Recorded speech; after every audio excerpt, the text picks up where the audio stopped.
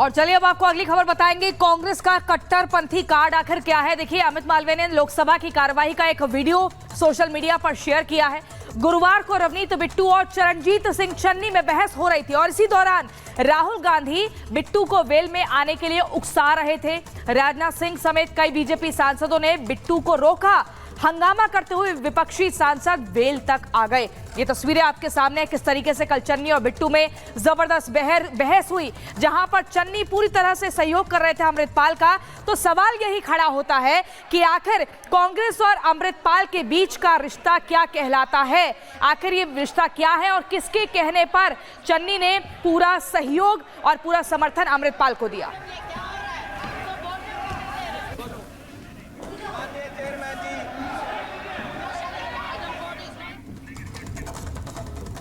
तो अमृतपाल पर रिपब्लिक भारत ने सवाल पूछे। चन्नी के बयान पर राहुल गांधी ने बोलने से इनकार कर दिया। राहुल गांधी इन दोनों सवालों पर कुछ भी नहीं बोले। अमृतपाल के सवाल पर बोले मुझे बात नहीं करनी है। ये देखे, रिपब्लिक भारत ने उनसे कन्फर्म किया लेकिन वो कुछ नहीं बोले। राहुल सर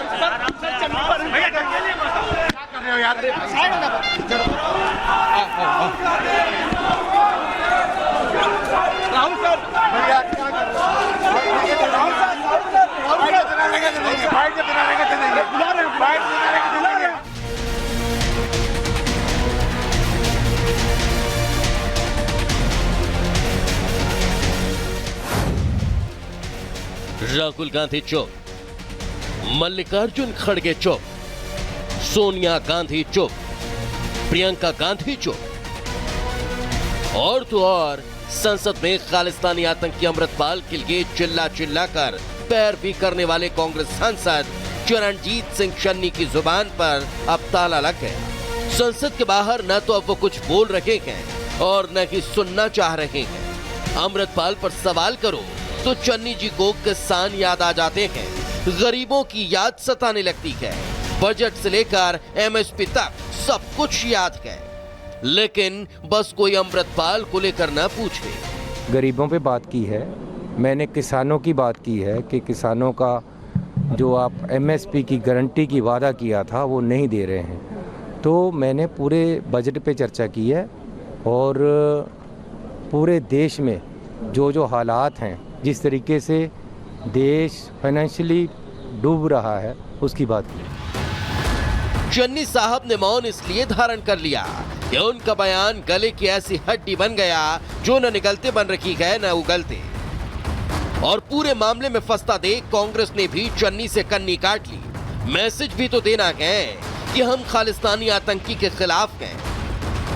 शायद इसलिए चन्नी के बयान के बाद कोई कांग्रेस का नेता सामने नहीं आ रहा।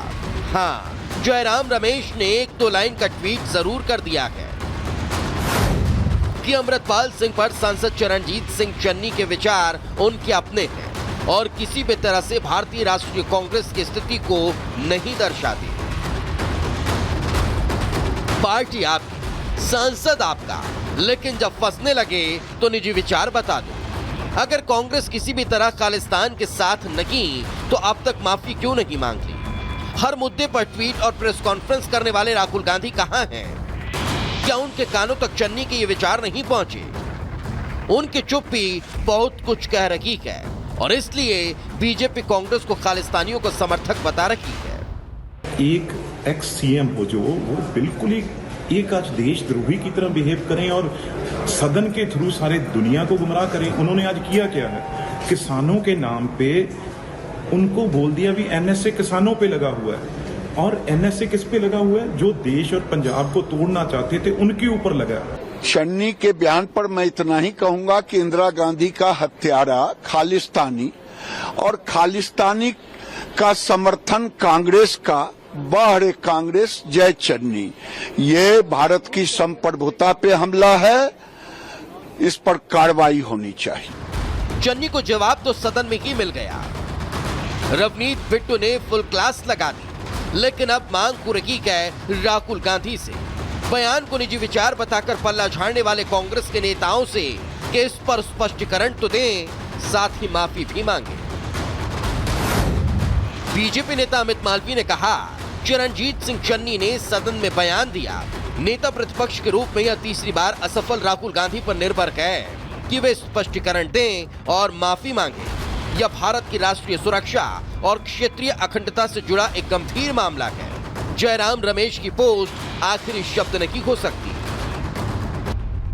पूरा एक दिन बीत चुका है, लेकिन चन्नी के बयान पर राहुल से लेकर सोनिया, खड़गे से लेकर प्रियंका ने न तो कोई पोस्ट किया और न ही कोई बयान दिया। चिरंजीत सिंह चन्नी के अमृतपाल को समर्थन करने की कांग्रेस को भारी कीमत चुकानी पड़ सकती है, क्योंकि पंजाब का इतिहास गवाह है कि खालिस्तान को पहले खाद पानी देने और फिर उसे कुचलने की कोशिश में पंजाब दशकों तक जलता रहा है और उसकी तपिश आज भी मौजूद है। Bureau report, Republic Bharat. से ज्यादा होना ये हम सबकी चिंता बढ़ाता रहा है। इसलिए ये विषय बरसों तक अनेक कमिटियों में भी उठा, लेकिन देश की सुरक्षा से जुड़ी इस चुनौती के समाधान की पहले इच्छा शक्ति नहीं दिखाई गई। शायद कुछ लोगों की मानसिकता ही ऐसी थी कि सेना मतलब नेताओं को सलाम करना, परेड करना। हमारे लिए सेना मतलब 140 करोड़ देशवासियों की आस्था। हमारे लिए सेना मतलब 140 करोड़ देशवासियों की शांति की गारंटी। हमारे लिए सेना मतलब देश की सीमाओं को सुरक्षा की गारंटी। अग्निपथ योजना के जरिए देश ने इस महत्वपूर्ण सपने को एड्रेस किया है। अग्निपथ का लक्ष्य सेनाओं को युवा बनाना है। अग्निपथ का लक्ष्य सेनाओं को युद्ध के लिए निरंतर योग्य बनाए रखना है। और चलिए यहीं से हम चर्चा की शुरुआत करेंगे। सबसे पहले आपको बता देते हैं कि स्टूडियो में हमारे साथ कौन कौन से खास मेहमान हैं, उनसे परिचय करा देते हैं और उसके बाद एक एक करके जाएंगे, सभी से जवाब लेंगे। लेकिन सबसे पहले जो पीएम मोदी ने बोला है वो समझना जरूरी है कि आखिर इस पर क्या कुछ हमारे जो मेहमान है वो कहते हैं। आपको बता दूं, major general retired SP Sinha ji हमारे साथ हैं, रक्षा विशेषज्ञ। हमारे साथ है group captain UK Devnath ji और साथ ही हमारे साथ है मेजर जनरल रिटायर्ड संजय सोई जी। संजय सोई जी, सबसे पहले आपके पास आते हुए, आखिर ये विपक्ष जो है अग्निपथ पर राजनीति क्यों कर रहा है? अब नरेंद्र मोदी कह रहे हैं कि हम तो भाई सेना रिफॉर्म के काम में लगे हुए हैं, लेकिन इस पर भी विपक्ष जो है इसको आड़े हाथों ले रहा है। कम से कम सेनाओं को राजनीति से परे रखना चाहिए। ये वो हमारे सुरक्षा कर्मी हैं जो अपने प्राणों की आहुति दे देते हैं और किसी तरह की कोई शिकन नहीं होती है। आज उसी पर हम चर्चा कर रहे हैं, उसी खास दिन को भी मना रहे हैं, करगिल को याद करते हुए। नहीं, बिल्कुल प्रियंका जी, मैं इस चीज़ से पूरी तरह सहमत हूँ कि सेना के ऊपर राजनीति नहीं होनी चाहिए। सेना राजनीति से परे, मैं कहूँगा धर्म, राजनीति, स्टेट, कास्ट, कलर, क्रीड सबसे अलग है। हमें सिर्फ भारतीय। और दूसरी बात यह कि हमें प्रोफेशनल रहना है। प्रोफेशनल रहना है, एक अपने काम में पारंगत होना है, किस प्रकार से लड़ाई लड़नी है। तीसरी बात है कि आज के ज़माने में जो लड़ाई है उसके लिए हमको एक मॉडर्न वेपन सिस्टम को ऑपरेट करने में सक्षम होना चाहिए, जिसके लिए हमें चाहिए युवा सेना। ज़्यादा संख्या में जो ज़्यादा युवा आएंगे तो वो आज के आधुनिक हथियार, चाहे वो ड्रोन हो, चाहे मिसाइल्स हो, चाहे वो एयर डिफेंस सिस्टम हो, सेंसर हो, कम्युनिकेशन हो, अनेक तरह से लड़ाई लड़ी जाती है। इसके अलावा लड़ाई खाली युद्ध क्षेत्र में नहीं है, इसके अलावा साइबर है, कंप्यूटर है, जैमिंग है, हर तरह से लड़ाई लड़ी जाती है, जहाँ पर कि एक पारंगत होने चाहिए हमारे सैनिक इस चीज़ में लड़ने में। तो बड़ा ज़रूरी है, मैं इस चीज़ में समर्थन में हूँ कि अग्निपथ एक अच्छी स्कीम है जिसमें कुछ लोग यंग लोग आएंगे, लेकिन मेरा थोड़ा सा एक है कि परसेंटेज शायद 75% की बजाय। सर, ये तो वही बात हो गई कि आप अगर अपने देश में हम डिफेंस सेक्टर को स्ट्रांग बनाना चाहते हैं, सेना के लिए कुछ करना चाहते हैं, तो उसको सोचे समझे बिना एक परसेप्शन क्रिएट करवा देना। और ये इसी बात को लेकर प्रधानमंत्री नरेंद्र मोदी ने विपक्ष को एक तरह से कहें कि जवाब दिया है। मैं एसपी सिन्हा सर आपसे समझना चाहती हूँ, प्रधानमंत्री आज जहां पर मौजूद थे, उनकी वहां मौजूदगी एक बहुत बड़ा संदेश था।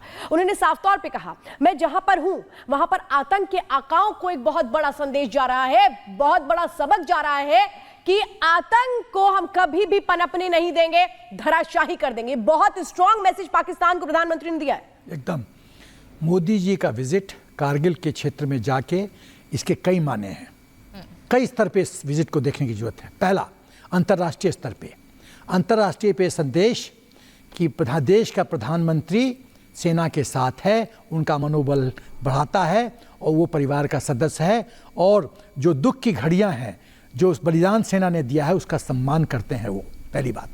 दूसरी बात कि दुश्मनों की नींद उड़ाना, दुश्मन जब देखते हैं, आज तक आपने देखा कि कभी भी देश का प्रधानमंत्री दिवाली में ट्रुप्स के साथ दिवाली मना रहे हो? कभी नहीं देखा होगा। हर एक दिवाली में मोदी जी मनाते हैं, इससे मनोबल बढ़ता है। तो दुश्मनों को संदेश है, वो ज़माने गए जब कल पठानिया मिशेल सेक्टर में पाकिस्तान पे गोली चलाने के लिए उसको जेल भेज दिया गया था मिस्टर एंटनी ने, रक्षा मंत्री ने, वो ज़माने गए। अब पूरा टेक्टिकल फ्रीडम दिया गया है। तो दुश्मनों को संदेश है कि यदि तुम हमको छेड़ोगे तो हम तुमको छोड़ेंगे नहीं, बड़ा क्लियर संदेश है। उसके बाद ये विजिट से सेना का मनोबल बढ़ता है। सेना में हम लोग को जो हम लोग की सोच है, जो ट्रेनिंग है कि भारत माता के लिए कुछ भी कुर्बानी देना पड़े तो हम देंगे, वही लोग कर रहे हैं। लेकिन लीस्ट जो हम एक्सपेक्ट करते हैं कि राष्ट्र सम्मान करे इस बलिदान का, और प्रधानमंत्री जी जो सम्मान कर रहे हैं, तो वो तो 144 करोड़ के सर्वे सर्वा हैं। तो इसका मतलब है पूरा देश हमको सम्मान कर रहा है।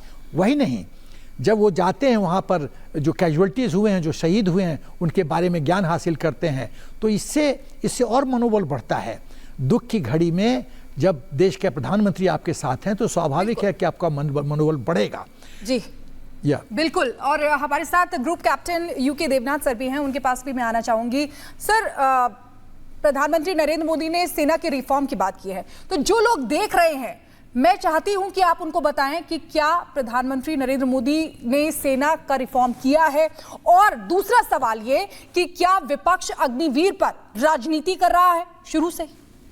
जहां तक सेना की बात है, पिछले कुछ सालों में आमूलचूल परिवर्तन हुए हैं। सबसे बड़ी बात है कि देश में हम रक्षा सामग्री, टैंक तो बख्तरबंद गाड़ियां, हवाई जहाज, रॉकेट्स, मिसाइल्स, उनको मेक इन इंडिया के तहत आत्मनिर्भर भारत बन रहा है। दूसरी बात, एक बहुत बड़ी चीज हुई है, वो है थिएटराइजेशन। देखिए, आर्मी, नेवी, एयरफोर्स, किसी भी ऑर्गेनाइजेशन की तरह जब युद्ध होगा भविष्य में, उनको मिलकर लड़ना है। इसलिए थिएटर कमांड के जो कॉन्सेप्ट है कि एक थिएटर कमांड बनेगा पश्चिम में पाकिस्तान की तरफ रुख करता हुआ, एक और थिएटर कमांड बनेगा उत्तर में चीन की तरफ रुख करता हुआ, और एक थिएटर कमांड और बनेगा दक्षिण में हिंद महासागर की तरफ रुख करते हुए, मतलब बे ऑफ बंगाल और अरेबियन सी ऑल्सो। यहाँ पर खास बात यह होगी थिएटर कमांड में कि आर्मी, नेवी, एयरफोर्स मिलकर एक साथ युद्ध लड़ेंगे। और अब अग्निवीर प्रोजेक्ट के बारे में इतनी भ्रांतियां फैलाई जा रही हैं, मैं देशवासियों को आपके चैनल के माध्यम से बताना चाहता हूं कि ये बहुत ही शानदार प्रोजेक्ट है। इसके तहत सेना में यंग बच्चों को लिया जाएगा, उनको ट्रेन किया जाएगा, और 4 साल की सर्विस के बाद उनमें से कुछ देवनाथ सर, बहुत ही महत्वपूर्ण बात प्रधानमंत्री ने बोली, प्रॉक्सी वॉर का जिक्र किया उन्होंने कहा प्रॉक्सी वॉर के जरिए पाकिस्तान कैसे अपने आप को प्रासंगिक बनाए रखने की कोशिश कर रहा है। इस पर मैं आपका रिएक्शन लूंगी, लेकिन एक बड़ी खबर इस वक्त आ रही है, वो जरा बताते हैं। क्योंकि प्रधानमंत्री ने विपक्ष को और पाकिस्तान को, प्रधानमंत्री ने बड़ा हमला बोला, कुछ लोगों ने सेना को कमजोर किया है, 1 रैंक 1 पेंशन पर इन्होंने झूठ बोला है, ये प्रधानमंत्री ने कहा। इन्होंने जवानों को बुलेट प्रूफ जैकेट नहीं दी,